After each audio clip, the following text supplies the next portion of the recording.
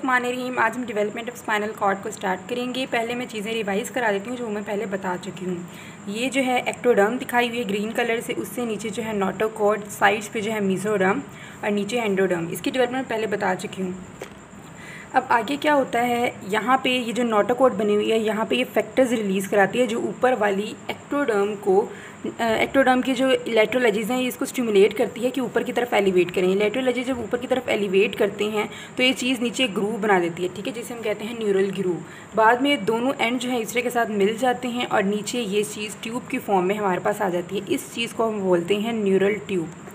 अब अगर neural tube को मैं सीधा करके नीचे ड्रॉ करूँ तो न्यूरल ट्यूब इस तरह की एक ट्यूब होगी, हमें यहाँ पे इस तरह से ये नज़र आ रही होगी न्यूरल ट्यूब।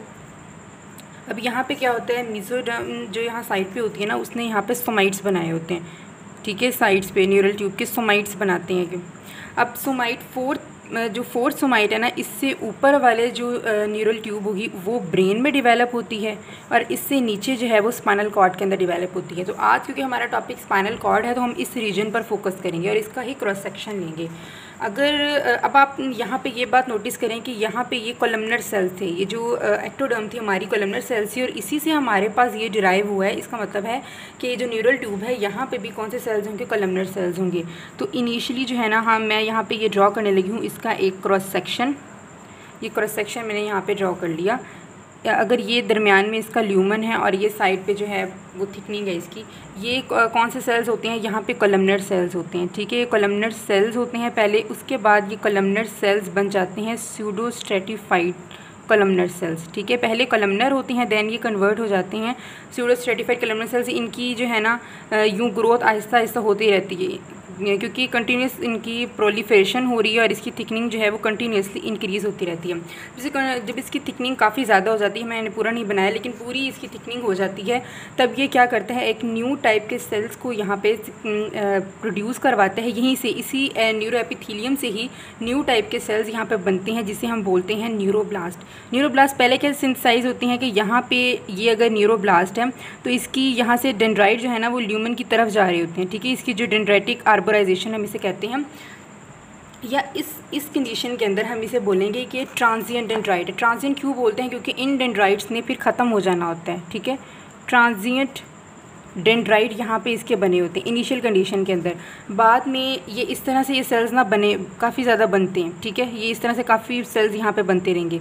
अब इन सेल्स की खासियत क्या है, अगर मैं इस सेल्स को एनलार्ज करके देखूँ तो यहाँ पे मुझे ये नज़र आता है इस तरह से इनकी शेप होती है। दरमियान में एक बड़ा सा इनका न्यूक्लियस होता है और एक डार्क स्टेनिंग जो है यहाँ पे न्यूक्लियोलस पड़ा होता है और बाकी जो इसका ये न्यूक्लियोप्लाज्म है ये पेल कलर का होता है, ठीक है। पेल न्यूक्लियोप्लाज्म होता है, डार्क स्टेनिंग जो है इनका न्यूक्लियोलस होता है और बाकी साइटोप्लाज्म जो होता है वो भी इनका पेल ही होता है, ठीक है। ये इनकी हिस्टोलॉजी है इन न्यूरोब्लास्ट की।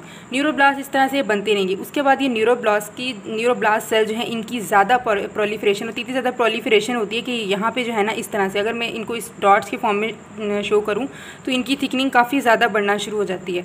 जब ये तो हमारी न्यूरो एपिथेलियल लेयर थी, अगर मैं ग्रीन कलर से न्यूरो एपिथेलियल लेयर को शो करूँ तो यहाँ से अगर मैं इनको पर्पल कलर से शो करूँ, ये जो न्यूरोब्लास्ट बने थे, तो ये एक और थिकनिंग हमारे पास आ जाती है इनकी वजह से, क्योंकि कंटिन्यूसली प्रोलिफरेट कर रहे हैं।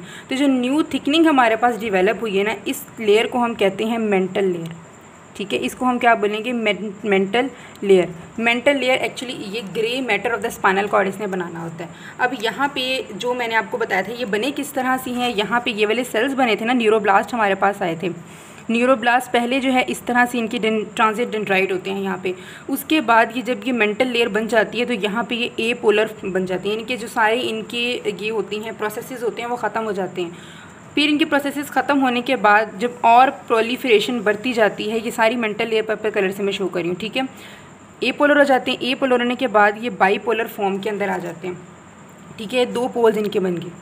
उसके बाद जब इनकी मज़ीद आगे प्रोलिफरेशन होती है तो ये बाईपोलर से मल्टीपोलर फॉर्म की तरफ में आ जाते हैं। यहाँ इनकी डेंड्राइटिक आर्बोराइजेशन आ गई है जिसे हम प्रिमिटिव डेंड्राइट भी बोलते हैं और यहाँ इनके लॉन्ग एक्सॉन्स आ जाते हैं, ठीक है। इस तरह से ये बनना शुरू हो जाते हैं।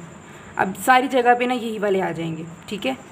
इनिशियली इस तरह से बने थे कि ये मतलब इनकी पहले ट्रांजिट डेंड्राइट थे, बाद में ए पोलर हो गए, उसके बाद बाई पोलर फॉर्म के अंदर आ जाते हैं, देन ये मल्टी पोलर फॉर्म के अंदर कन्वर्ट हो जाते हैं। जब ये मल्टी पोलर फॉर्म के अंदर कन्वर्ट हो जाते हैं, इनका एक्सॉन जो है एलोंगेट होना शुरू हो जाता है, तब इसे हम कहते हैं कि ये न्यूरॉन्स बन गए। उसके बाद इनकी माइलिनेशन भी होती है, वो अलग टॉपिक है, मैं आपको अलग से बताऊँगी किस तरह से माइलिनेशन होती है। अब आप ये देखिए, जब इनकी माइलिनेशन होगी तो यहाँ पर जो है वाइट सी अपीयरेंस आ जाएगी। तो यहाँ पर जो वाइट सी अपीयरेंस आती है ना, इस अपीयरेंस को हम बोलते हैं कि यहाँ पे मार्जिनल लेयर बन गई। मार्जिनल लेयर एक्चुअली जो है white matter of the spinal cord को बनाती है, और ये बनते किस वजह से हैं, जो यहाँ पे हमारे पास न्यूरोब्लास्ट से एक्सॉन्स बने और एक्सॉन्स की माइलिनेशन हुई है, उससे हमारे पास क्या बनती है, मार्जिनल लेयर।